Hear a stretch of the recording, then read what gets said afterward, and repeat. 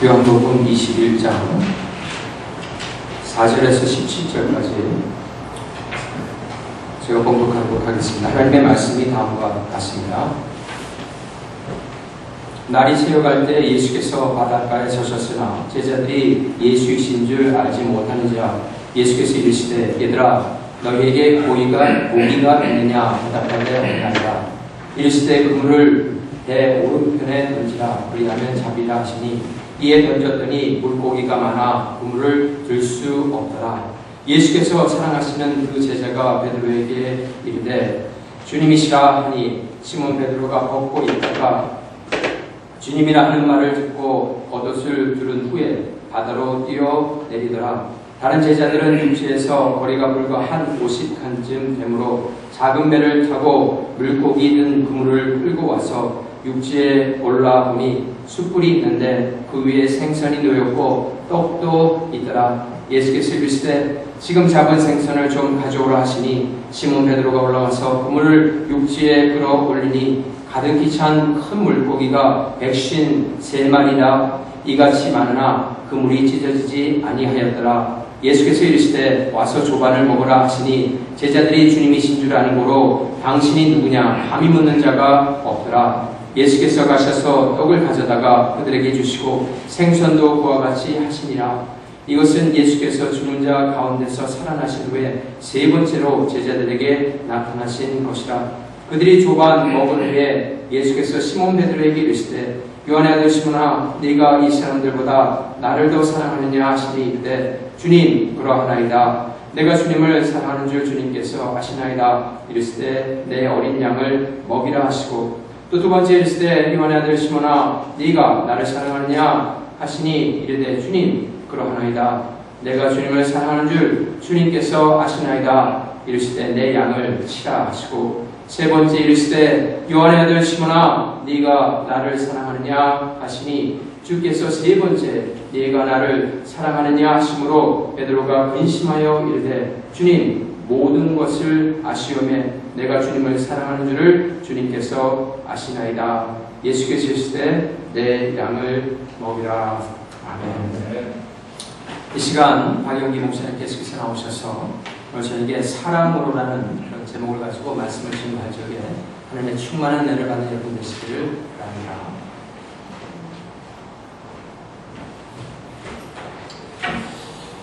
할렐루야. 우리 옆에 분에게 한번 인사하시죠. 주의 사랑으로 축복합니다. 네, 축복을 하시고 같이 인사하시기 바랍니다.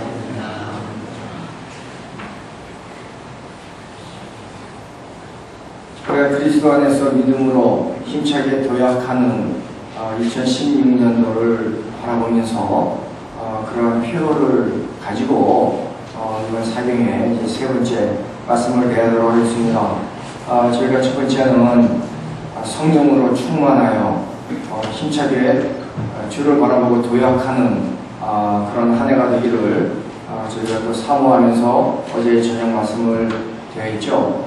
오늘 아침 새벽에는 저희가 충성함으로 주를 바라보면서 또 도약하는 그런 한 해가 되기를 사모하면서 말씀을 드렸습니다. 오늘 저녁 시간에는 그리스도의 사랑으로 우리가 준비하여서 믿음으로 힘차게 도약하는 그런 2016년도가 될 수 있기를 또 이렇게 새로운 마음으로 준비하고 또 주 앞에 겸허한 마음으로 교회를 세워나가시는 우리 사랑하는 벨그레 장로교회 성도님들에게 주께서 여러분들이 주를 의지하고 도약할 수 있는 그런 은혜를 오늘 말씀 통하여서 주시기를 주의 이름으로 축원합니다. 기도하고 말씀 받겠습니다. 고마우신 아버지 하나님 감사합니다. 이 시간도 주께서 우리 가운데 주시는 말씀을 대합니다. 성령님을 사모합니다. 성령께서 말씀을 대하는 심령들마다 조명의 빛을 비춰주시고 이 말씀을 우리가 주님 우리 가운데 주시는 말씀으로 받게 하시옵소서. 성령님 말씀을 우리가 깨닫게 하시옵소서. 이 말씀을 우리가 주께서 우리가 내주시는 능력의 생명의 말씀으로 받게 하여 주셔서 말씀을 통하여서 오늘도 우리를 사랑하시는 우리 주 예수 그리스도의 사랑을 우리가 다시 한번 경험하고 그 사랑의 힘으로 새해를 또 믿음으로 주를 바라보고 도약할 수 있는 그런 하나로 준비할 수 있는 그런 은혜 시간 되게 하여 주시옵소서. 예수님 이름으로 감사하며 기도드립니다. 오늘 본문의 그 요한복음 21장, 이 요한복음을 기록한 요한이라고 하는 제자는 그를 가르칠 때마다 사랑하시는 제자라는 익명으로 요한복음에는 등장을 하게 됩니다. 이 요한이라는 이름이 영어로는 존이죠. 독일어로는 요하네스라고 부릅니다. 괴테, 마하 그런 사람들의 이름이 다 요한이었죠. 프랑스는 존이라는 이름이 요한이라는 이름이에요. 종교개혁자 칼빈이 존 칼빈 선생이죠. 우리나라도 이런 요한이라는 이름이 많이 있습니다. 특별히 전에는 우리나라 그 강아지 이름들이 보통 세 가지였거든요. 도쿠, 메리, 쫑. 그 쫑이 존이에요. 요한복음에는 다른 사도들의 이름은 다 나오는데 요한의 이름은 나오지 않고 대신 주께서 사랑하시는 제자라는 표현이 요한복음에 8번을 등장을 하고 있습니다. 오늘 특별히 21장의 말씀에는요, 낙심과 두려움과 절망 가운데 있는 제자들을 사랑으로 회복하시는 주님의 회복의 모습이 나타나고 있습니다. 마태복음 28장 7절의 말씀 보면은요, 오늘 본문과 연결이 되는 말씀이죠. 부활하신 주님이 제자들에게 갈릴리에서 너희를 만나겠다 그렇게 말씀을 하십니다. 갈릴리가 제자들이 주님을 처음 만난 장소였고 제자들이 첫 소명을 받은 장소이기에 마음의 슬픔과 상처를 안고 있는 제자들을 힐링하시기 위하여 치유하시기 위하여 주님은 주님의 첫 사랑을 경험한 장소 갈릴리에서 만나자고 하십니다. 그리고 주님이 그 제자들을 오늘 본문에는 보러 갈릴리 현장으로 가십니다. 요한복음 21장 4절 말씀이죠. 자, 다시 한번 읽겠습니다. 이 글씨가 저의 눈의 한계를 조금 지금 넘어가는 것 같아요. 한번 읽어보도록 하겠습니다. 시작.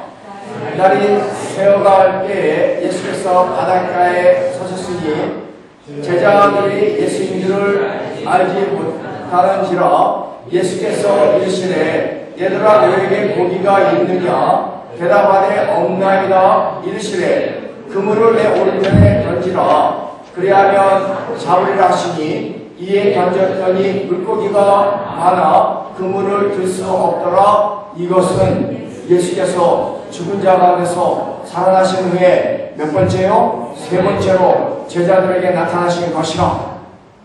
부활하신 주님께서요 몇 번째로 나타나셨다고요? 세 번째. 여기 정말 중요한 의미가 있는 것 같아요. 주님께서 낙심한 제자들을 향해서 절망 가운데 있는 제자들을 향해서 정말 주님을 외면하고 배반했던 그래서 주님으로부터 정말 부끄러워서 얼굴도 들 수 없는 그 제자들을 향해서 세 번째로 찾아가신 것이라 그렇게 요한은 기록을 하고 있습니다.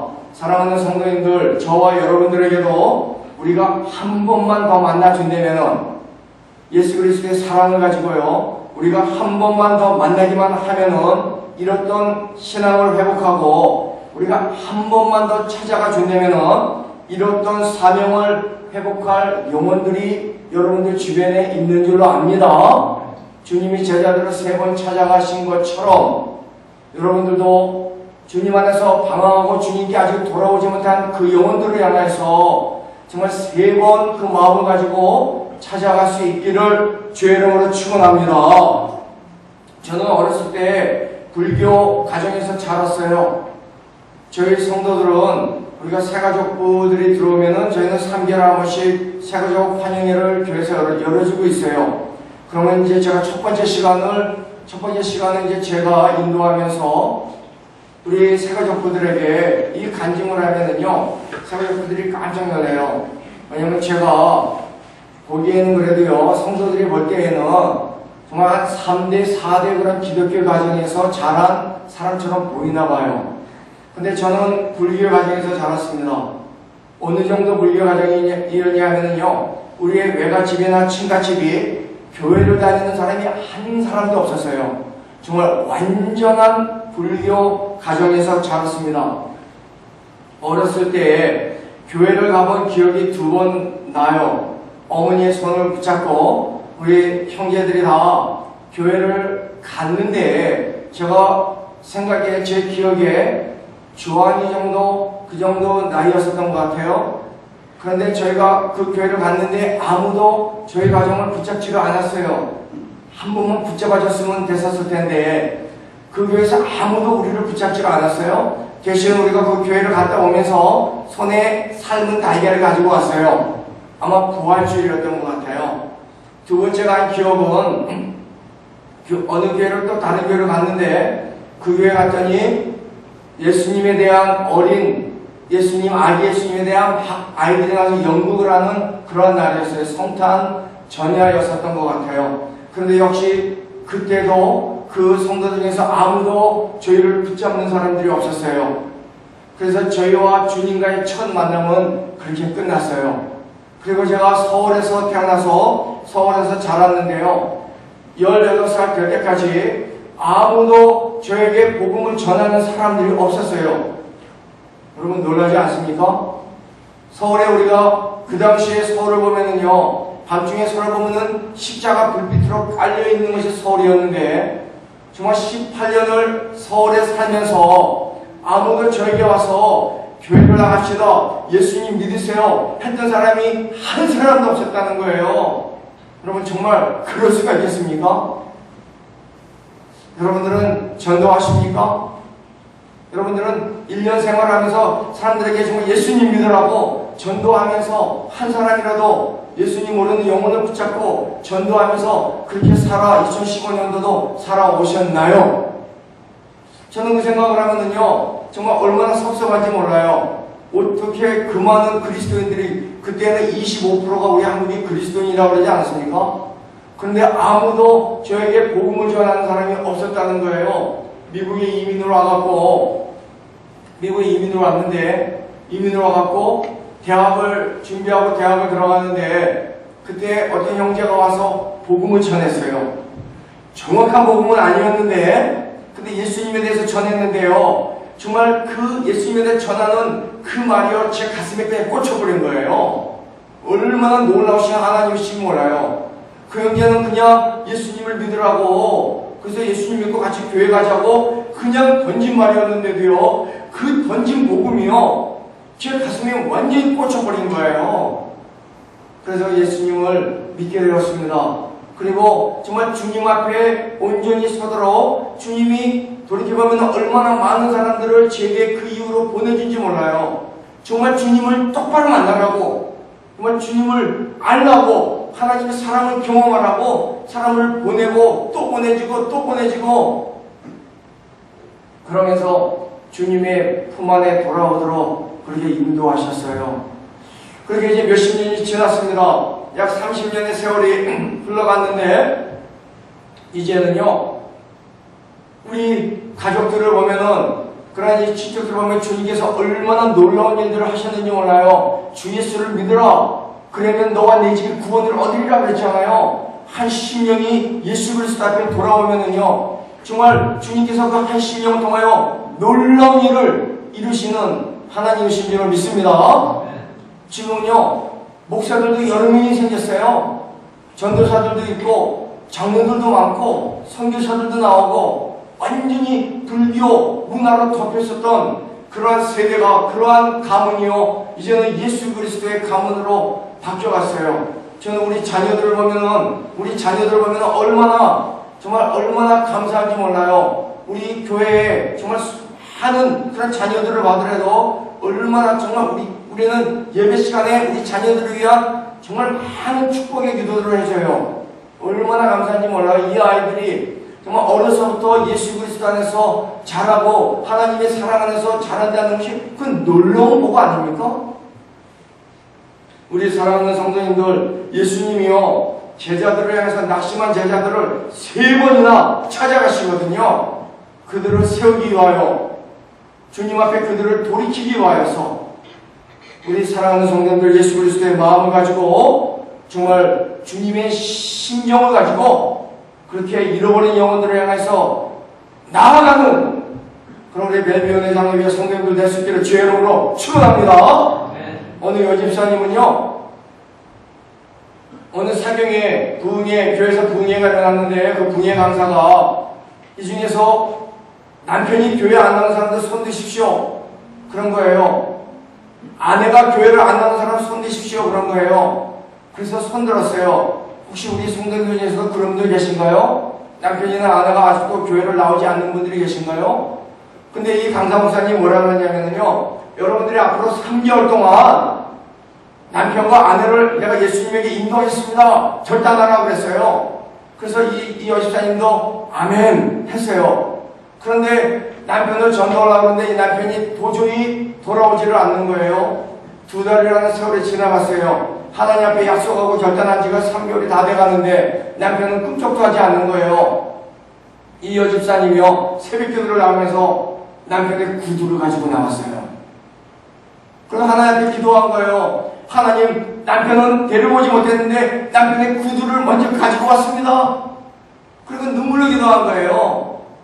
이 구두를 신길 그 발을 하나님 인도해 달라고.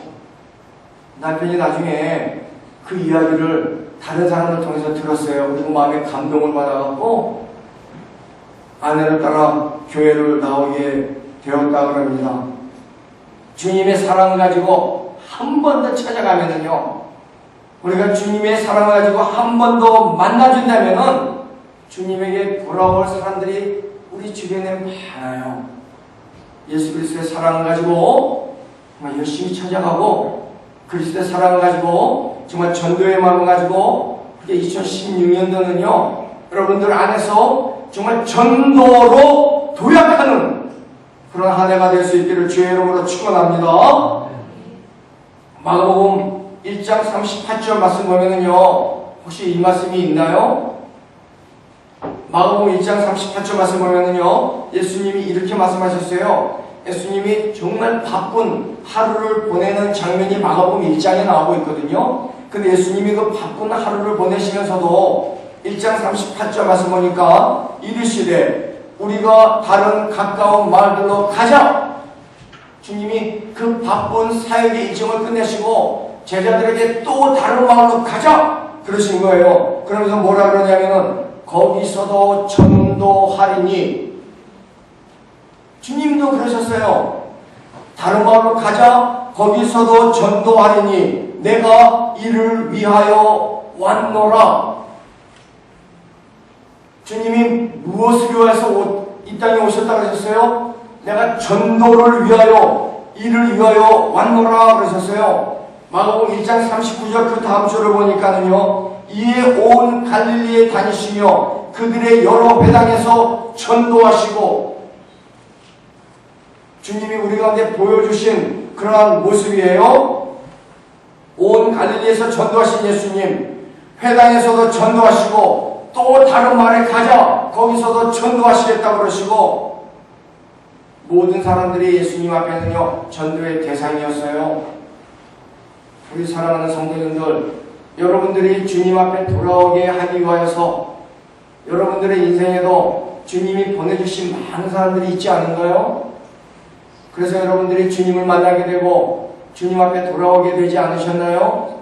여러분들의 부모님을, 믿음의 부모님을 여러분들의 삶에 보내주시고, 믿음의 좋은 선생님들을 여러분들의 삶에 보내주시고, 또 믿음의 그런 정말 하나님의 마음을 갖고 있는 그런 사람들을 여러분들에게 자꾸 보내주셔서, 그렇게 해서 여러분들을 붙잡으시고 돌이키시고 붙잡으셔서 주님 앞으로 인도하신 우리 하나님 아니신가요?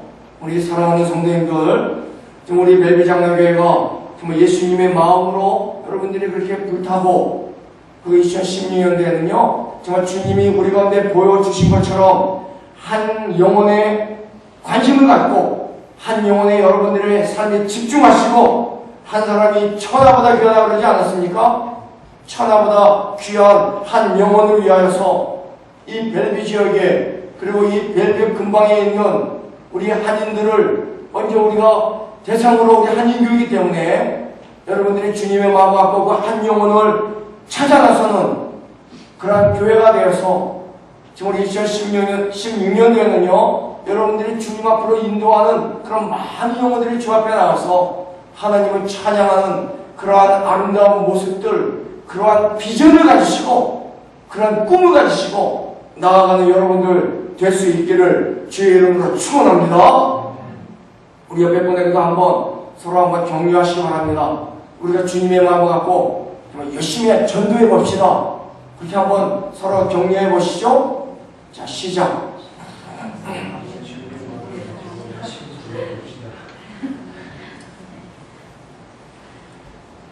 여러분, 타이타닉이라는 영화 보셨습니까? 1912년도에 4월 14일 대서양에서 빙하 충돌 사고로 인하여서 침몰한 여객선이잖아요. 근데 그 타이타닉에 타고 있던 승선 인원이 약 2,200명이었다고 합니다. 구명보트가 20척이 있었어요. 그런데 그 구명보트에 다 타면은요, 정원이 1,178명이 탈 수 있었다고 합니다. 그런데 타이타닉이 가라앉던 순간에 20척의 보트에 타고 있던 사람의 수는 720명이었다고 해요. 보트를 타지 못한 1,500명은 얼음 바다에 남겨졌습니다. 타이타닉이 마지막으로 떠나보낸 조립식 보트 D호까지 내려진 구명보트에 빈 자리가요, 20척의 구명보트에 빈 자리가 450석이 넘었다고 합니다. 선장이요, 너무 급하게 보트를 내렸기 때문이라 그래요. 그런데 전해지는 이야기에 따르면 이 타이타닉의 스미스 선장이 그 사람이 뭘 생각하고 그렇게 빠르게 보트를 780명만 데리고 내렸냐면은 450명이 더 탈 수 있었는데, 보트에 빈자리가 있으면은 내려진 보트들이 나중에 돌아와서 바다에 빠진 사람을 구해줄 것이라고 생각하고 있었다고 그래요. 그 배들이 돌아와서 바다에 빠진 450명, 최소한도 450명은 더 구조해서 태우고 가리라, 그렇게 생각했다는 거예요. 그런데 결국 돌아와서 얼음바다에 빠져 죽어가는 사람들을 단 몇 명만이라도 구해낸 보트는 단 한 척뿐이었다고 그래요. 19척은 돌아오지를 않은 거예요. 바다에 빠진 사람들이 매달려서 자기네 보트도 뒤집어질까봐 450명은 더 구할 수가 있었는데 돌아온 한 배만이 몇 명만을 구하고 돌아갔다고 합니다. 전도자 D.L. 무디에게요, 한 사람이 물었어요. 목사님, 우리가 전도함으로 이 악한 세상을 변화시킬 수 있을까요? 우리 성도님들에게 제가 질문하는 것도 똑같아요. 정말 우리가 나가서 한 명을 전도한다고 이 악한 세상을 변화시킬 수 있다고 생각합니까? 무디가 이렇게 대답을 했어요. 하나님은 나에게 전 세상을 바꾸라고 부탁하지 않으셨습니다. 세상은 도저히 구원할 수 없는 난파선과 같습니다. 그러나 하나님께서 주신 구명대를 가지고 가능한 한 많은 사람들을 구원해야 합니다. 할 수 있는 만큼 우리는 최선을 다해야 합니다. 그렇게 고백을 했어요. 하나님께서 왜 벨뷰 은혜장로교회를 세워주셨는가? 여러분들은 생각해 보셨겠지요? 하나님께서 왜 이 벨뷰 지역에 이 벨뷰 은혜장로교회를 세워주셔서 우리를 이렇게 하나님의 한 가족들이 되게 하시고 교회로 모이게 하시고 주님이 왜 그러셨는가? 우리가 이 한 교회가 세워져서 정말 이 어두워져가는 이 세상을, 이 시애틀을, 이 벨뷰를 우리가 과연 이 악한 세대를 다 변화시킬 수 있겠는가? 못 시키겠죠? 못 시킵니다. 그럼에도 불구하고 우리는 단만한 한 명이라도, 천하보다 귀한 한 명의 영혼이라도 주님에게 돌이키라고 주님이 이 교회를 세워주신 줄로 믿습니다. 여러분들의 마음 가운데 정말 잃어버린 한 영혼을 향해서 주님을 알지 못하고 죽어가는, 천하보다 하나님께서 귀하게 보고 계시는 그 한 영혼을 위해서 여러분들이 정말 그 영혼들에게 마음을 돌릴 수 있는 그러한 교회가 될 수 있기를 바랍니다. 그게 주님 기뻐하시는 일이에요. 주님 얼마나 기뻐하시겠어요? 한 영혼이 돌아왔을 때 잃어버린 한 마리의 양을 구하면서 주님이 기뻐하셨잖아요. 잃어버린 한 동전을 찾고 나서 주님이 기뻐하셨잖아요. 탕자가 돌아왔을 때 그 아버지가 기뻐하는 그 모습이 바로 우리 하나님 아버지의 마음이라고 했잖아요. 그렇기 때문에 주님께서 여러분들을 벨뷰 은혜장로교회 믿음의 식구들로 모아주셨고 이 교회를 세워주신 줄로 믿습니다. 여러분들의 한 분 한 분들의 마음속에 정말 우리가 먼저 구원을 얻은 여러분들의 마음속에 우리가 한 영혼을 향해서 주님이 저와 여러분들을 정말 불쌍히 여기시고 우리를 하나님의 자녀 만들기 위해서 많은 사람들을 내 인생 가운데, 여러분들의 인생 가운데 주님 보내시고 그렇게까지 우리를 기다리시고 그렇게 결국은 우리를 주님의 자녀들로 구원하신 것처럼 그 주님의 마음 갖고 정말 열심히 교회를 세워나가고 나아가는 우리 성도님들 될 수 있기를 주의 이름으로 축원합니다. 이 본문은 어떤 상황이라고 했습니까? 베드로를 위시한 제자들이 다 갈릴리로 낙향을 한 겁니다. 낙심해서 고기나 잡겠다며 바다로 나갔지만은 고기잡이도 되지 않은 거예요. 그런데 주님이 갈릴리에서 헛그물질을 하던 제자들에게 나타나셔서 배 오른편에 그물을 던지라 그 말씀하셨더니 말씀에 순종하며 오른편에 한 번 던져진 그물 속에 그물을 들어 올릴 수조차 없을 정도로 많은 고기 153마리가 잡혔다. 그런 내용이 기록이 되어 있습니다.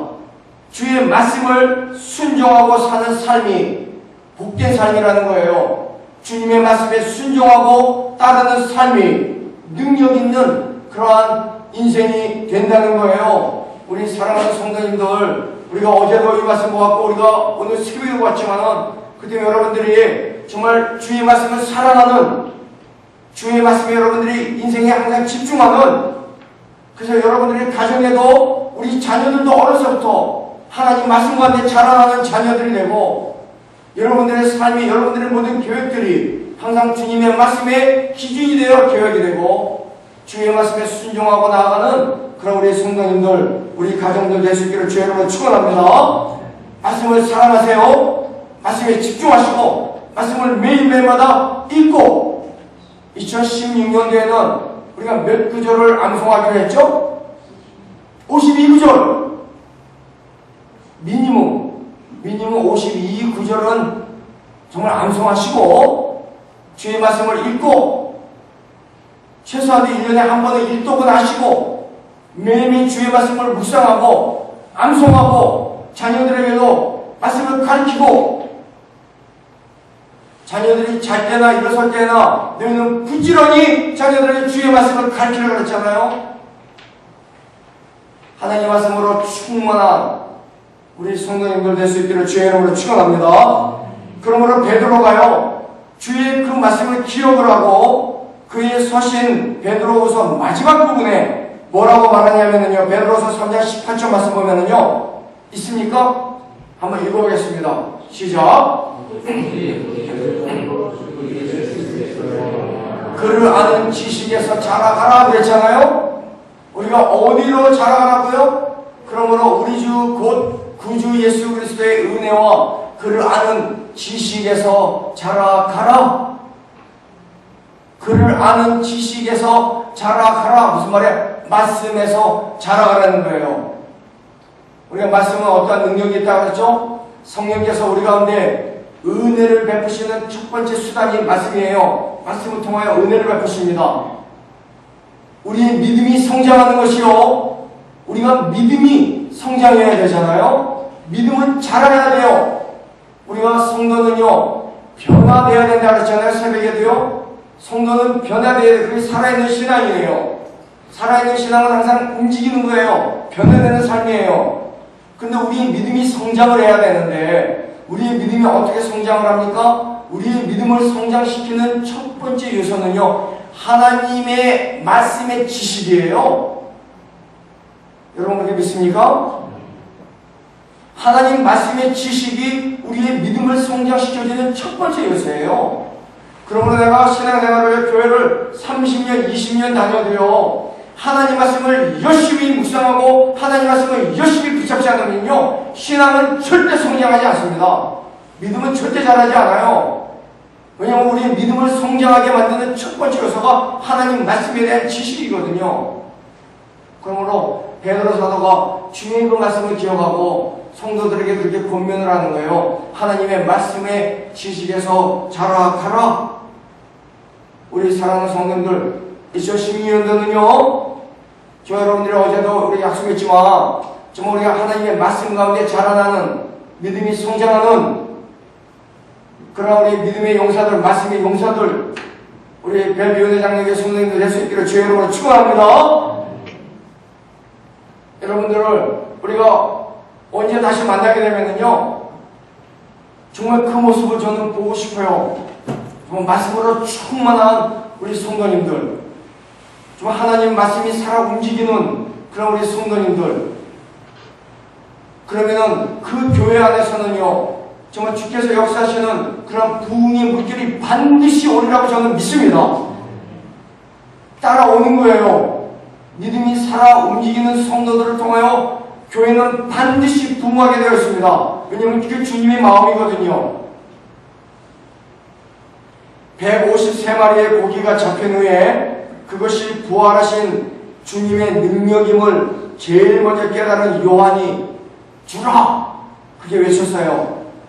그리고 이후에 본문 15절에 이르기까지요, 바닷가에 당도하여 주님을 확인하였을 때도 아무도 말을 하지를 않았습니다. 할 말이 없는 거예요. 주님 앞에.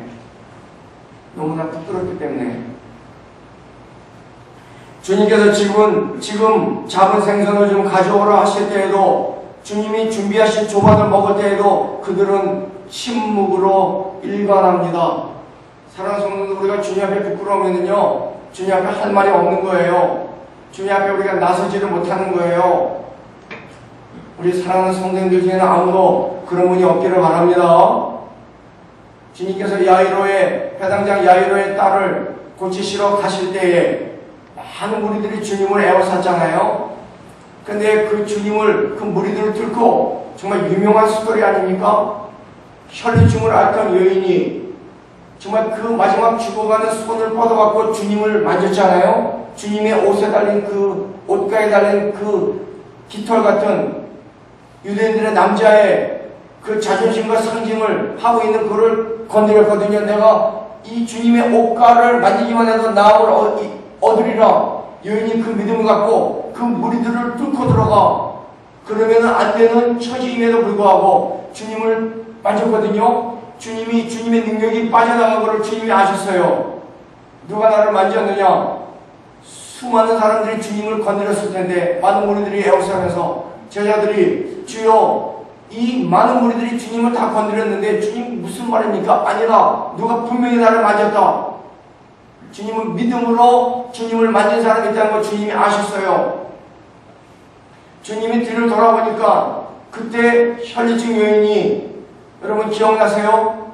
혈류증 여인이요, 성경에는 그렇게 써있지 않지만 분명히 그렇게 대답했을 것 같아요. 접니다. 그러면서 주님에게 나온 거예요. 접니다. 우리가 주님 앞에 뭔가를 말할 수 있는 성도들이 될 수 있으면 좋겠습니다. 정말 주님 앞에 우리가 항상 주님 앞에 나가면은요, 주님 앞에 내가 무엇인가를 말할 수 있는, 주님 오늘도 정말 내가 주의 말씀에 순종하고 그래서 이렇게 열심히 주님 정말 전도하라고 그랬기 때문에 우리가 많은 사람들에게 예수님을 전해주고 또 정말 주의 영광을 위하여 살아가고 정말 주님의 명예를 위하여 우리가 오늘도 열심히 살아가고 우리가 주님 앞에 뭔가를 항상 주님 앞에 나올 때마다 주님 앞에 뭔가를 말할 수 있는 그런 우리 성도님들이 될 수 있기를 주의 이름으로 축원합니다. 제자들은 아무 할 말이 없는 거예요. 그러므로 침묵합니다. 이 제자들이 얼마나 정말 주님 앞에 부끄러웠겠어요. 십자가 달린 주님을 보면서도 전부 다 도망갔으니까. 그 중에서도 베드로는 심각했을 것 같아요. 정말 심각한 우울증에 빠졌을 것 같아요. 이 시에 들어보니까는요, 좀 우울해요. 제가 이렇게 지난번에도 시에 들어가갖고, 야, 이거 시에 참 정말 너무나 아름다운 것이고 좋은데, 하나 참 나쁜 게 때문에 이거 사람을 좀 이게 우울하게 만드는 뭐가 있다. 근데 이번에도 제가 일기예보를, 덴버에서 일기예보를 보니까는요, 세러데이는요, 100% 레인으로 나와 있더라고요. 100%. 저는 그런 걸 본 적이 없는 것 같아요. 보통 98% 뭐, 90% 이건 100% 레인으로 되어 있더라고요. 근데 정말 올데이 비가 오는데요. 하늘은 우중충하고. 야, 이거, 이 시애틀에서 이러한 환경 가운데 한 일주일만 있으면은, 이래서 커피를, 시애틀 분들이 커피를 많이 마시는구나. 우울하니까. 그렇지 않습니까? 네, 제가 잘못 생각하는 거예요. 아마 침묵하는 제자들 중에서 베드로가 가장 심각한 우울증에 빠져 있었을 것 같아요. 베드로 예수님의 수제자였는데 주님의 십자가와 고난과 죽으심에 대해서 다 줄을 버릴지라도 나는 언제든지 줄을 버리지 않겠습니다. 베드로가 이렇게 참 장담을 했잖아요. 그런데 대제사장 집에 한 여종이 그를 제자인 걸 알아보면서 그가 두려움 때문에 예수님을 모른다고 그러고, 그리고 한 병사가 눈이 마주치면서 또다시 두려움을 느끼며 내가 그를 알지 못한다 그러고 세 번째 예수님을 부인하게 닭이 우는 소리를 들으며 그때 예수님과 눈이 마주치며 정말 이 사람이 얼마나 큰 절망과 정말 우울 가운데서 살았을 것인가. 그런데 우리 주님께서요, 저와 여러분들에게도 그렇게 하셨지만 베드로를 회복시키거든요. 우리 주님은요, 회복시키시는 주님이신 줄로 믿습니다. 주님은 회복시키시는 주님이에요. 우리 멜빈 회장님과 정말 예수 그리스도 안에서 잘 정비되고 또 잘 모든 모습들이 잘 회복되고 그렇게 서가는 교회가 될 줄로 믿습니다. 우리 주님은 이 교회의 머리가 되시는 우리 예수님은요, 우리를 회복시키시는, 그렇게 세우시는 주님이시기 때문에요. 이 주님이 준비하신 회복은요, 잘 준비된 작은 사건을 통해서 가능해집니다. 누가복음 22장 62절 말씀 보면은요, 베드로가 주님을 3번을 부인할 때 뭐라 그러냐면요, 한번 읽어보겠습니다. 베드로가 주의 말씀이 생각나서 밖에 나가서 심히 통곡하니라. 얼마나 정말 인생이 정말 비루했겠어요. 차라리 죽어버릴 걸 그 생각 안 했겠어요? 정말 자기 자신이 얼마나 정말 비참했겠어요. 어쩌면 우리 사랑하는 성도님들 중에서도 우리가 살아온 인생을 돌아보며 남에게는 말할 수는 없지만 정말 속으로 눈물을 흘리면서 나는 정말 실패한 사람이다. 내가 예수님 믿지만 정말 예수님 앞에 정말 자랑스러운 인생을 나는 살지 못했던 사람이다 생각하는 분도 있을지 모릅니다. 행복하기를 꿈꿨지만은 정말 주님 앞에서 행복하기를 꿈꿨고 우리가 만나는 사람들의 관계에서도 정말 늘 주님 안에서 천국을 이루며 그렇게 우리는 살기를 꿈꿨지만은 깨어진 관계들로 인하여서 가슴에 흘러내리는 그런 정말 안타까움과 눈물을 쓸어 담는 분이 계실지도 모릅니다. 그런데 우리를 회복하게 하시는 주님의 사랑과 능력, 우리가 이거를 배워야 돼요. 주님은 한 사건을 마련하셔서 베드로와의 관계를 회복해 주십니다. 어떤 사람들은요, 화해하다가 오히려 더 싸우는 사람들을 봤어요. 교회에서 자주 봐요. 화해하라고 그렇게 해갖고 장로님들이나 권사님들이나 이렇게 잘 또 권면해주고 그래서 화해하라고 장소를 마련해주고 그랬는데 이거 더 싸우는 거예요. 화해하려고 말을 하다가. 왜 그렇습니까? 신중한 준비와 신중한 언어를 사용해야 돼요. 우리가 화해라고 하는 것을 할 때는요, 부부도 그렇지 않습니까? 부부가 다투고 난 뒤에 화해하려고 그러면요, 잘 생각해야 돼요. 어떠한 언어를 사용해야 될까? 그리고 어떻게 준비를 하면서 화해에 손을 냅니까? 잘 생각해야 돼요. 그래야 화해되지 않습니까? 그렇지 않으세요? 그렇게 못하는 사람들은요, 저희 교회도 보면은요, 한 2주를 넘게 말을 안 하고 사는 사람들이 있어요, 부부가. 얼마나 정말 답답한지 모르겠어요. 야, 이걸 어떻게 2주 동안 그렇게 부부가 정말 한마디도 안 해요. 주님은 회복을 위해서 베드로가 주님을 부인했던 그 새벽녘에 숯불을 준비하시고 생선과 떡을 준비하십니다. 제자들의 식사를 마치자 주님이 베드로에게 물으세요. 15절부터 17절 말씀입니다. 없습니까?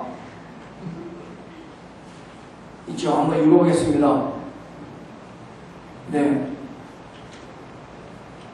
놓쳐버렸어요. 그죠? 요한의 아들 시몬아, 네가 이 사람들보다 나를 사랑하느냐? 정말 우리가 배워야 되죠? 우리가 배워야 되는 거 아닙니까? 예수님이 던지신 첫마디가, 주님이 그들을 회복시키기 위해서 던지신 첫마디가 우리가 이건 너무너무나 잘 아는 스토리 아닙니까?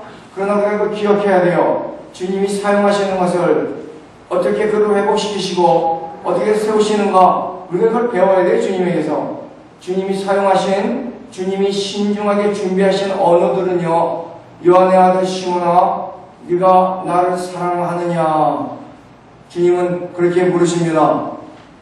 베드로의 실수를 묻지 않으세요. 네가 나를 사랑하느냐만 물어보십니다. 사랑이 회복되어야만 주님과의 처음 관계가 복원되어야 아픔도 치유되고 소명도 회복되기 때문입니다. 주님은요, 실수를 덮어주시는 주님이에요. 그러면서 실수를 덮어주시면서 베드로를 회복시키시고 계신 겁니다. 우리가 사랑이라고 하는 것은요, 남의 아픈 것을 찌르지 않는 것, 그것이 사랑 아니에요. 그죠?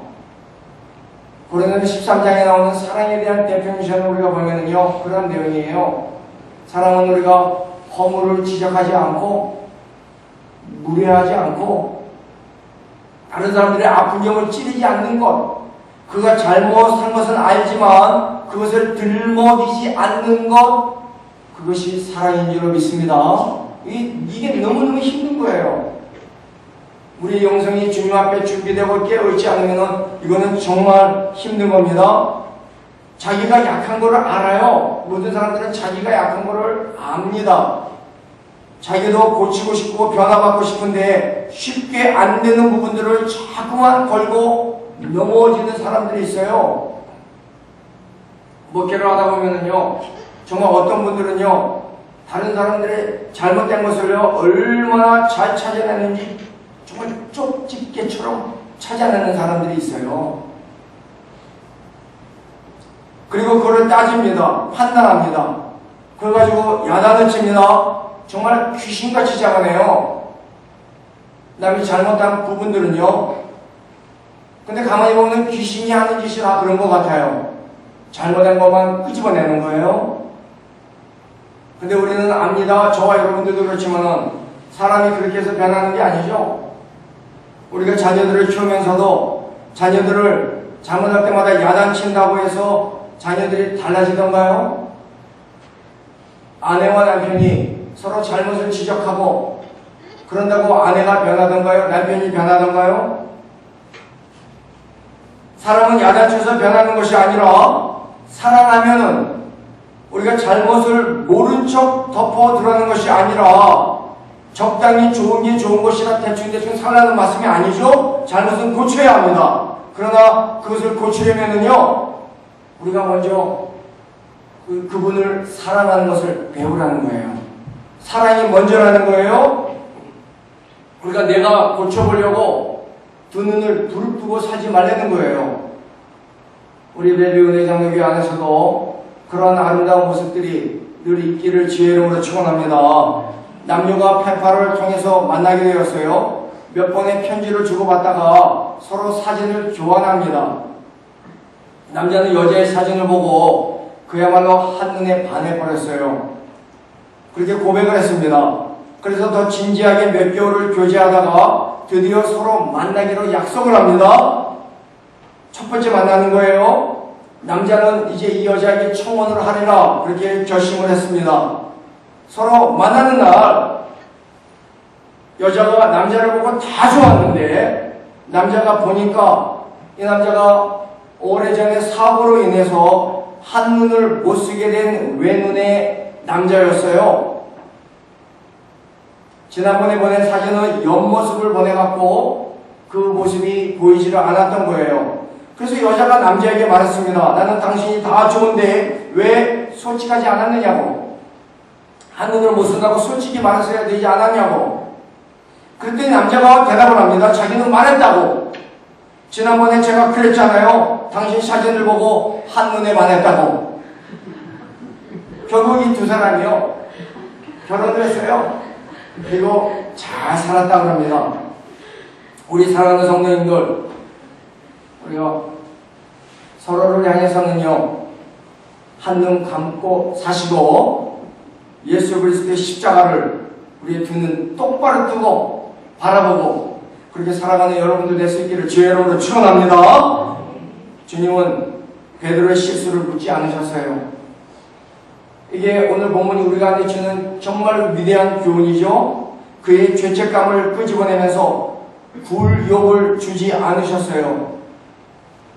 그게 사랑이에요. 고린도서 13장 말씀 보면은요, 사랑에 대해서 대표적으로 반복적으로 나오는 단어가 뭐냐면 사랑은 오래 참는다는 거예요. 사랑은 모든 것을 참는 것, 덮어주는 것, 그것이 사랑인 줄로 믿습니다. 우리 레비은혜 장로교회 성도님들 안에서 늘 우리 서로를 바라볼 때마다 오래 참고 상대방의 실수들을 서로 덮어줄 수 있는 그런 성도님들 될 수 있기를 주의 이름으로 축원합니다. 자, 우리 옆에 분에게 한번 정말 우리가 주의 사랑의 마음을 담고 서로 한번 얘기해 보세요. 덮어주면서 살겠습니다. 말하지 마세요. 그냥 한번 해보세요. 말하지 말라고. 덮어주면서 살겠습니다.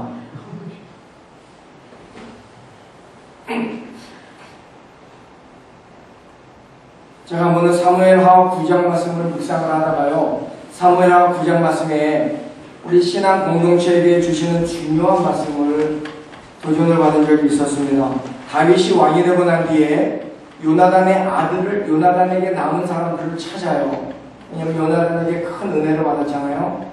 그러나 사울을 생각하면은요, 사울에게 속한 모든 자들을 죽여야 되는데 다윗이, 그러나 요나단을 생각하면서 그래도 혹시 요나단에게 남은 사람들이 누가 있는가 그 아들을 통해서 찾아봅니다. 그런데 한 아들이 살아있다는 것을 듣게 돼요. 무비보셋이라고 하는 아들이었습니다. 어린 시절에 유모가 안고 도망가다가 떨어뜨려서 다리를 저는 소아마비 장애로 자란 요나단의 아들이었어요. 다윗이 무비보셋을 볼 때는요, 두 관점으로 무비보셋을 볼 수가 있었습니다. 다윗을 죽이려고 했던 무비보셋의 할아버지인 사울을 통해서 보면은 긍휼을 베풀 수가 없는 거예요. 무비보셋을 죽여야 되지만, 그러나 무비보셋의 아버지 요나단을 통해서 그를 보면은 그를 살리고 은혜를 베풀어야 되는 아들인 거예요.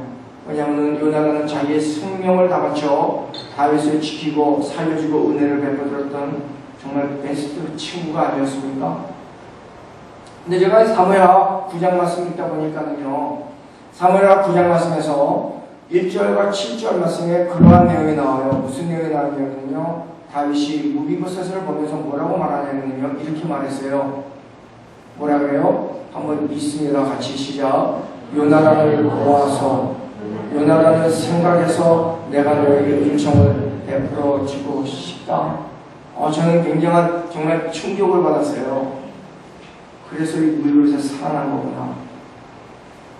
두 관점에서 볼 수가 있었는데, 다윗은 무비보셋을 볼 때 요나단을 통해서 무비보셋을 봤다는 거예요.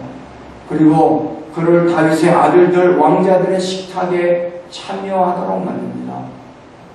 왕자의 하나로 본다는 이야기예요.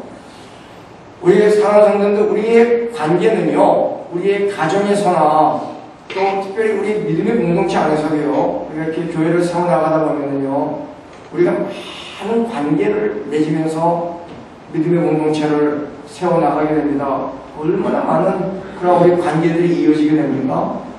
그렇지 않아요? 교회가 성장하면 더 그래요. 얼마나 많은 정말 우리 관계들이, 그렇지 않습니까? 우리 자녀들도, 정말 자녀들이, 우리 교회의 자녀들은 정말 제가 자식들처럼 생각하는 우리 영적 자녀들이지만, 그러나 정말 우리 친자식처럼 생각하는 아이들이에요.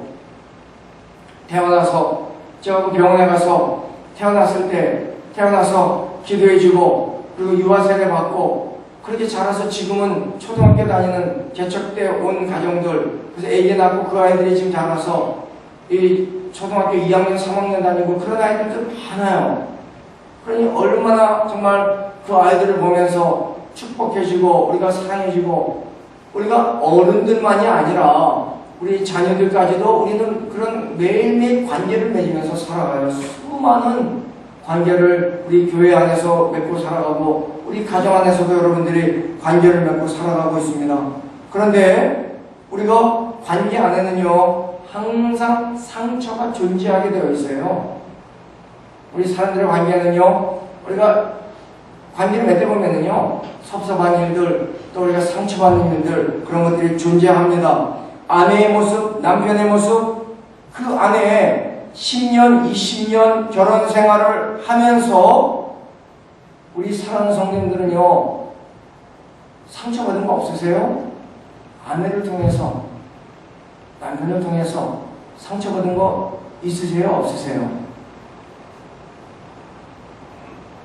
없으세요? 여러분, 표정이 제가 뭘 말하는지 잘 모르겠어요. 있는 건지 없는 건지. 없지 않겠죠, 그죠? 우리가 아내를 통해서 우리가 상처받은 게 있습니다. 결혼생활 20년, 30년 하다 보면은 남편을 통해서 섭섭한 게 있어요. 자녀들을 통해서 우리가 상처받은 것이 있습니다.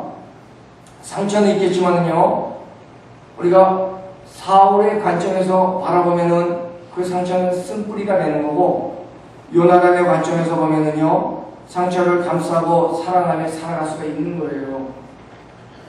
우리가 우리 주 예수 그리스도의 관점으로 우리의 관계들을 바라보면은요, 우리 주 예수 그리스도의 사랑의 관점으로 우리가 항상 우리의 믿음의 공동체 안에서, 가정에서도 그 관계들을 그렇게 해석하고 바라보면은요, 주님이 우리 가운데 주신 모든 관계들을 우리가 능히 감당하고 나가게 되는 줄 믿습니다. 그런 거예요.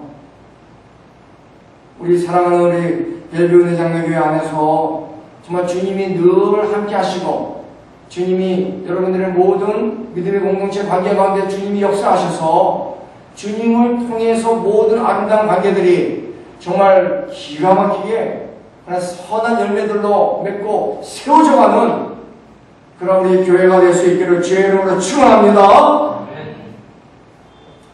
그런데 여기 본문에서 주님이 베드로에게 사용하신 사랑이라고 하는 단어와 베드로가 주님에게 대답한 사랑이라는 단어가 다르다는 거예요. 여러분들 그런 말씀은 들은 적이 있으시죠?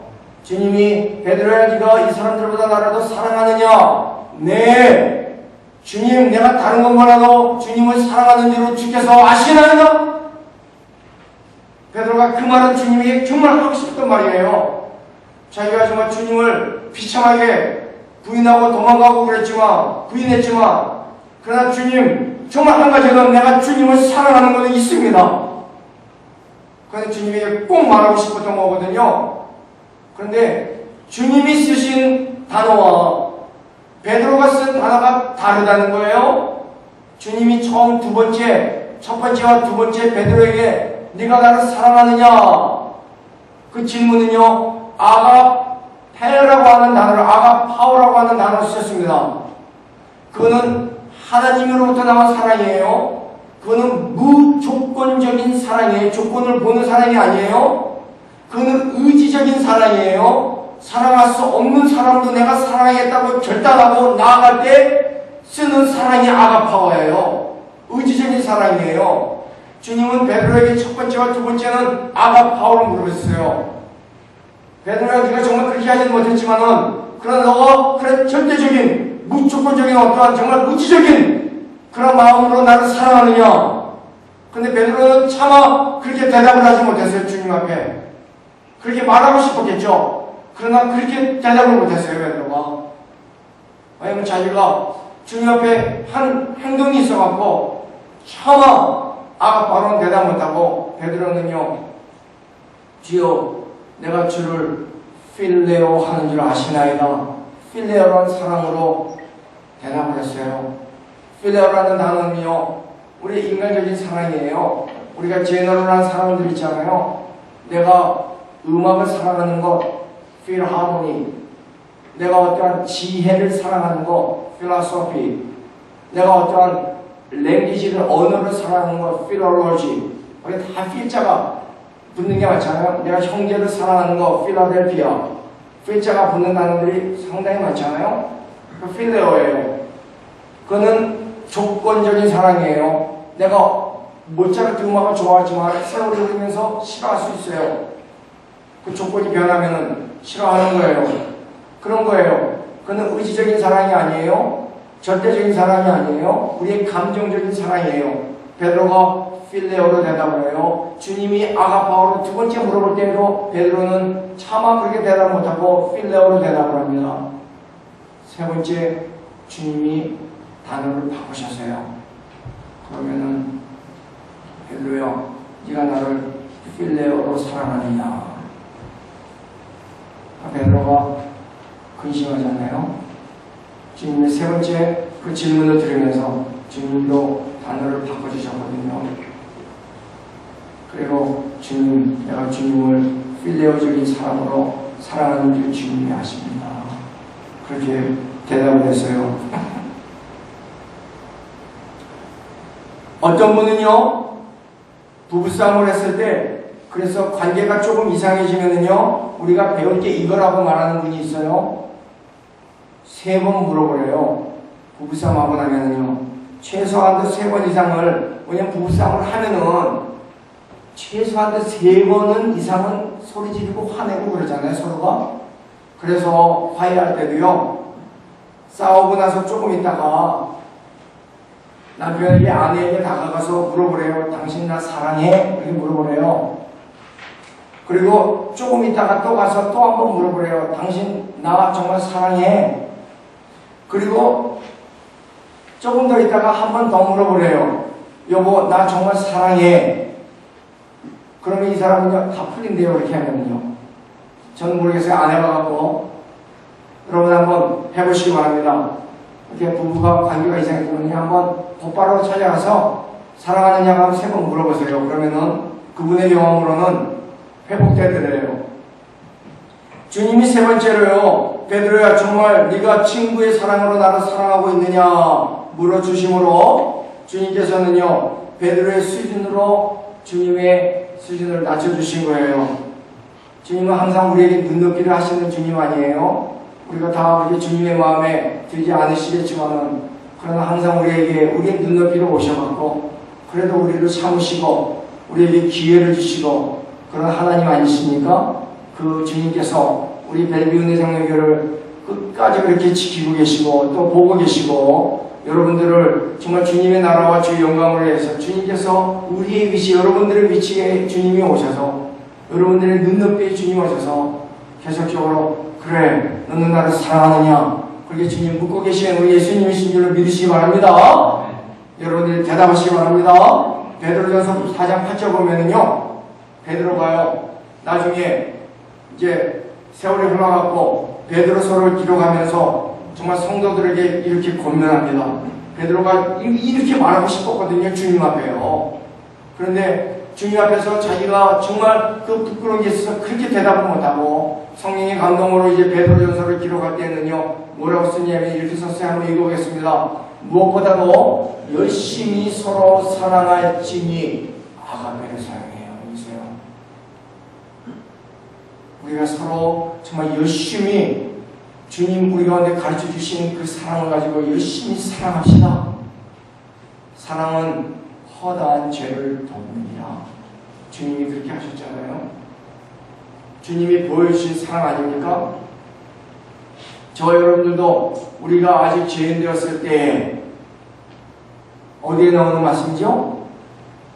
우리가 아직 죄인 되었을 때 우리가 2016년도는 52구절 암송하십시오. 우리가 아직 죄인 되었을 때 로마서 5장 8절에 나오죠. 그리스도께서 우리를 위하여 죽으심으로 하나님께서 우리에게 된 자기의 사랑을 자기의 아가파와 사랑을 확증하셨느니라. 그게 복음 아니에요? 우리가 죄인 되었을 때 나를 위해서 죽으신 그리스도 그것이 바로 하나님의 사랑이라 그렇게 말하잖아요.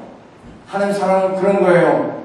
우리를 위해서 죽으신 예수 그리스도의 그 계속의 사랑 하나님이 세상을 이처럼 사랑하사 아가파 독생자를 주셨으니 하나님이 독생자를 주셨으니 giving 우리를 위해서 주신 하나님 저를 믿는 자마다 멸망치 않고 영생을 얻게 하려 하심이라.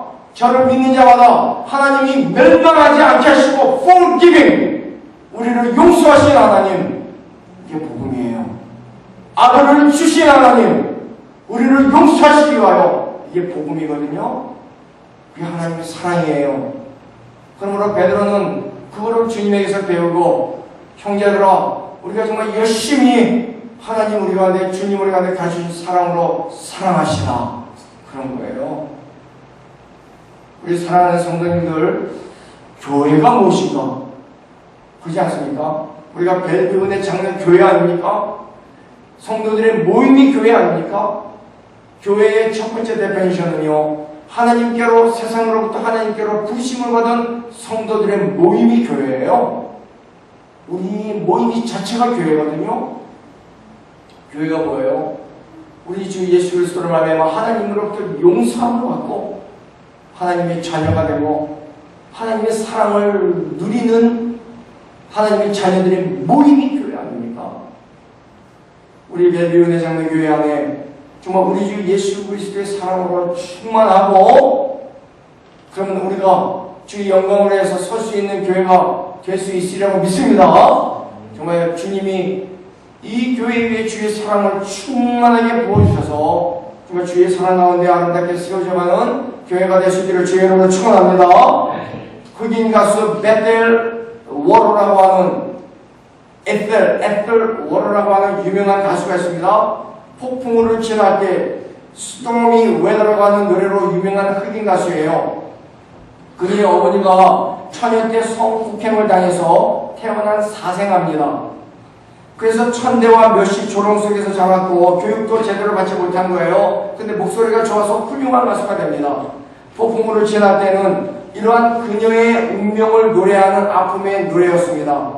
그녀가 아버지에 대한 원한, 어머니에 대한 원망, 모욕의 눈으로 대된 사람들 모두를 용서할 수 있었고 상처와 아픈 추억은 치유가 됩니다. 그 어느 모임에서 사람들이 그녀에게 폭풍우를 지날 때를 불러달라고 요청을 합니다. 그런데 이틀 워러가 뭐라고 대답을 하냐면요 나는 이제 사생아가 아닙니다. 하나님의 딸입니다. 그렇게 고백을 하는 거예요. 나는 세상에 아무런 원한이 없습니다. 그래서 이제는 폭풍으로 지날 때라는 노래는 안 할 겁니다. 그렇게 대답을 했어요. 대신에 감사와 기쁨의 찬송을 부르겠습니다. 그렇게 대답을 했어요. 고린도후서 5장 17절 유명한 구절이죠. 뭐라 그랬습니까? 한번 읽어봅니다. 그러므로 누구든지 그리스도 안에 있으면 새로운 피조물이라. 이전 것은 지나갔으니 보라 behold 새 것이 되었도다. 이게 저와 여러분들인 줄 믿습니다. 그게 바로 벨비우 내장교회예요. 그리스도 안에서 새로운 피조물들이 된 하나님의 자녀들의 모임, 그리스도의 사랑으로 하나님 앞에 용서함을 받고 전능하신 하나님의 자녀로서 서 있는 성도들의 모임, 그게 교회예요. 그게 저와 여러분들인 줄로 믿습니다. 이게 바로 회복의 역사예요. 우리가 이 암울한 현실 가운데서도 낙심하지 않는 것은 오늘도 주님의 사랑이 저와 여러분들을 회복시키고 함께 하시기 때문인 줄 믿습니다. 여러분들이 늘 그러한 확신을 갖고 살아가는 우리 성도들 될 수 있기를 바랍니다.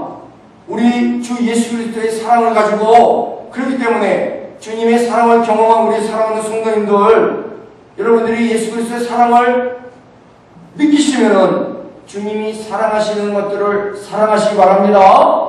주님이 사랑하시는 교회를 사랑하는 여러분들 될 수 있기를 바랍니다. 교회를 사랑하십시오. 정말 교회를 여러분들의 마음을 다하여 사랑하세요. 그러면은 교회가 서는 거예요. 우리 성도들이 정말 교회를 사랑하십시오. 벨비우 은혜장로교회를 사랑하세요. 너희는 목사님을 사랑하세요. 우리 성도님들을 정말 사랑하세요. 주님이 피로 사신 교회를 사랑하세요. 그러면은 주님의 사랑이 이 교회를 통하여서 역사하게 되는 줄로 믿습니다. 그러면서 주님은요, 베드로를 사명의 자리, 기쁘고 복된 자리로 옮겨주시는 거예요. 주의 사랑을 먼저 경험하게 하시고 그를 복된 자리로 옮겨주시는 하나님이세요. 15절 17절은 이렇게 결론을 내립니다. 한번 읽어보겠습니다. 이르시되 내 어린 양을 먹이라. 이르시되 내 양을 치라. 이르시되 내 양을 먹이라. 정말 놀라운 주님 말씀 아닙니까? 오늘도 주님 우리 가운데, 저와 여러분들 가운데 주시는 말씀인 줄 믿습니다. 우리가 서로 정말 서로 우리가 그런 양으로 우리가 서로 바라보면서요, 우리가 열심히 섬기는 거예요. 우리 자녀들을 정말 주님 우리 교회에 맡겨주신 자녀들을 이제 앞으로 우리 벨비우 은혜장로교회도 우리 자녀들이 넘치게 될 텐데, 그렇게 믿습니까? 우리 자녀들이 넘치게 될 텐데 그 자녀들을 바라볼 때에도요, 정말 주님 우리에게 주신 이 말씀대로 그 자녀들을 한 심령 천하보다 귀한 영혼으로 바라보며 그들을 우리가 먹이고 키우고 그런 마음으로 교회를 세워나가면은 주님께서 이 교회를 사랑하시고 정말 역사하시게 되는 줄로 믿습니다. 주님은 완전히 회복시키시는 하나님이에요. 회복시키시되 우리를 완전히 회복시키시고 주님의 사명까지 우리에게 주시는 하나님, 그런 하나님이 우리 벨비우 은혜장로교회를 세우신 이 교회의 머리가 되시는 우리 주 예수 그리스도이신 줄로 믿습니다. 사람들은요, 실수한 사람들이 있으면은요, 용서를 하더라도 뭔가 꼬리표를 항상 붙이거든요. 근데 우리 주님은 그러지 않는 하나님이시라는 거예요. 주님은 꼬리표를 붙이시는 하나님이 아니에요. 그는 우리 치사한 인간들이 나는 거죠. 주님은 완전한 회복을 주시는 하나님, 그것이 바로 십자가의 은혜요, 그것이 바로 십자가의 사랑인 줄로 믿습니다. 사랑하는 성도님들, 하나님 주신 거룩한 꿈을 가지십시오. 정말 나같이 보잘것없는 사람에게도 하나님이 정말 나를 이토록 사랑하시는 하나님, 여러분들은 정말 나를 그토록 사랑하신 주님이신 것을 믿으십니까? 나를 정말 그토록 생명까지 주시기 위하여 나를 사랑하신 주님이라고 여러분들은 확신하고 계십니까? 그 확신을 가지시기를 바랍니다. 하나님의 놀라운 사랑을 묵상하세요. 하나님의 놀라운 사랑을 십자가를 바라볼 때마다, 예배실에 들어서 십자가를 바라볼 때마다 정말 나를 위해서 그토록 사랑하신 주님의 사랑을 정말 여러분들이 묵상하고 고백하고 하나님 앞에 영광을 돌리세요. 그래서 사람들이 여러분들에게 물어보면은요, 당신은 왜 벨뷰 은혜 장로교회에 다니십니까? 그렇게 여러분들에게 물으면은요, 여러분들이 뭐라고 대답을 하십니까? 벨뷰 은혜 장로교회에 가면은 사랑이 있습니다. 그렇게 대답하시기 바랍니다. 주님의 사랑으로 넘치는 그러한 사랑의 공동체, 그 교회에는 정말 그리스도의 사랑이 넘칩니다. 사랑이 있습니다. 그렇게 대답할 수 있는 교회, 그렇게 대답할 수 있는 우리 성도님들 될 수 있기를 주의 이름으로 축원합니다. 결론이에요. 결론을 내립니다. 하버드 대학하고 예일 대학에서 가르쳤던 영성신학자 헨리 나우멘이라고 하는 분이 있습니다. 이분이 하버드 대학하고 예일 대학을 사임하고 카나다에 있는 조그만 데이브 브레이크라고 하는 장애인 공동체에 들어갔어요. 장애인 공동체가 정신지체 장애인들이 몇 명만 살던 공동체였는데요. 그 귀한 하버드 예일의 교수직을 내려놓고 그 공동체에 들어가서 이 사람이 살다가 주님의 부르심을 받고 세상을 떠날 때까지 그 데이 브레이크 그 공동체 장애인들과 같이 생활을 했어요. 그 장애인 공동체에서 일어난 일을 헨리 나우멘이 그의 책 중에 기록한 내용의 일부분이에요. 뇌성마비 장애인 부부가 있었다고 합니다. 얼마나 힘들겠어요? 부부가 둘 다 뇌성마비 장애인이었어요. 간절히 아이를 원했습니다. 그런데 아이를 가졌는데 2번의 유산을 했어요. 오랜 시간이 지난 후에 3번째 아이를 갖게 됩니다. 그런데 기쁨도 잠시 정밀 검사를 들고 온 의사가 말하기를 태중의 아이에게 심각한 장애가 있다. 그렇게 말한 거예요. 아이의 뇌가 엄마의 뱃속에서 벌써 골 밖으로 나와 있다는 거예요. 그래서 아이가 세상에 나오더라도 호흡장애로 15분 이상 살기가 힘들 거다. 그렇게 말을 했다고 합니다. 그래서 의사가 뭐라고 고민을 했냐면은 아기를 인공유산 시키는 것이 어떠냐. 그렇게 말을 한 거예요. 장애인 부부가 한참 고민을 합니다. 그러면서 그들이 내린 결론은 그럴 수 없다는 거였어요. 집으로 돌아온 부부는요, 뇌가 골 밖으로 나온 태아를 바라보면서 뱃속 아기의 이름을 루카스라는 이름을 붙여줍니다. 그리고 자신들에게 주어진 그 몇 달의 시간을 그 아기 루카스를 위해서 최선을 다한 거예요. 매일마다 엄마 배에다가 용기를 갖다가 찬양을 들려주고 기도해주고 그 태아와 깊은 대화를 나눕니다.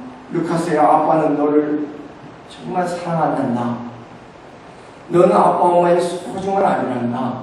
그렇게 매일마다 아기에게 그 이야기를 들려준 거예요. 마침내 출산일이 되었습니다. 긴장과 두려움으로 아기를 받았는데 부부는 세상에서 가장 아름다운 아기의 얼굴을 보았다고 고백을 했어요.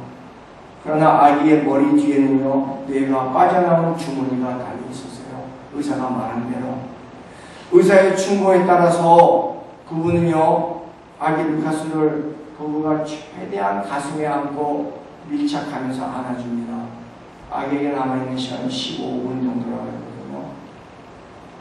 그런데 15분이 지나도 아기는요, 힘겨운 숨을 내몰아 쉬고 있었다고 해요. 2시간, 3시간이 지났는데도요, 아기는 호흡이 약하지만 힘겨운 숨을 내쉬며 살아 있었다고 합니다.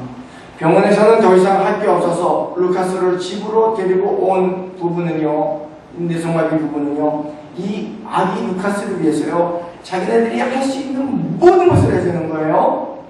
매일마다 함께 공동체 식구들이 다 모여갖고 아기를 위해서 기도해 줍니다. 아기를 축복해 줍니다. 매일마다 찬양을 합니다. 아기에게 모든 사랑을 보여주고 시간마다 아기에게 선물을 가져다 주고 공동체 식구들을 모아서 파티를 열어줍니다. 그것이 아기가 17일을 더 살다가 세상을 떠난 거예요. 아버지가 아기의 죽음을 보면서 이렇게 고백을 했습니다. 사랑하는 루카스와 함께한 지난 17일은 참으로 소중하고 아름답고 행복한 시간이었습니다. 나를 아버지로 만들어준 내 아들 루카스에게 감사합니다. 그렇게 마지막으로 고백을 하는 거예요. 사랑하는 성도님들, 저와 여러분들도 우리가 다 이런 루카스와 같은 자들 아니었습니까?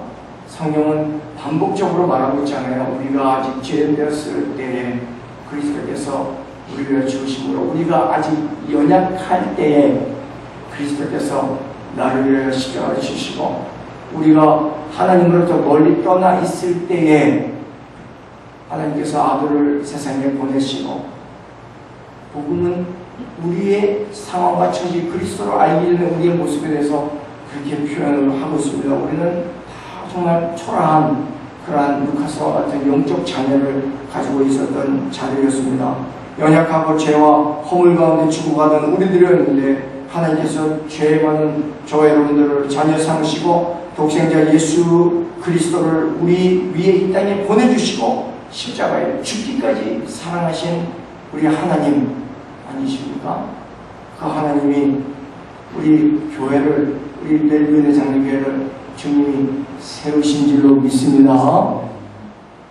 우리 목사님을 사랑하셨지만요, 우리 목사님이 세우신 게 아니라 주님이 이 교회를 사랑하셔서, 여러분들을 사랑하셔서 주님이 세우신 그러한 교회인 줄로 믿습니다. 주님이 여러분들을 바라볼 때마다 루카스의 아버지가 정말 루카스에게 마지막으로 고백한 것처럼 주님이 우리 벨브의 장로교회 성도님들을 바라보시고 주님이 항상 그렇게 말씀하실 때마다 정말 이 벨브 장로교회가 세워진 주를 위해서 세워지고 정말 주의 영광을 위해서 세워지고 우리 하나님의 명령과 그리스도의 복음을 위해서 세워진 이 벨브 장로교회 30년, 40년, 50년의 그 세월이 주님이 말씀하실 때 앞으로요 정말 나는 너무너무 기뻤다. 주님이 그렇게 말할 수 있으실 그러한 교회가 될 수 있기를 주의 이름으로 축원합니다. 그렇게 예수 그리스도의 사랑을 여러분들의 마음에 늘 품으시고 우리 예수님 여러분들을 사랑하십니다. 여러분들이 이 교회를, 예수님께서 이 교회를 사랑하시는 줄 믿습니다. 주님의 놀라운 사랑이 이 교회에 항상 충만해서 우리 성도들도 그렇게 예수님을 사랑하고 또 예수님이 사랑하신 성도들을 사랑하고 예수님이 사랑하신 교회를 사랑하고 그렇게 정말 사랑으로 우리 하나님을 기쁘시게 하고 정말 주님 보시기에 정말 그런 신앙의 그런 멋있는 모습으로 세워져가는 우리 멜빈의 장로교회 여러분 성도님들 될 수 있기를 주의 이름으로 축원합니다.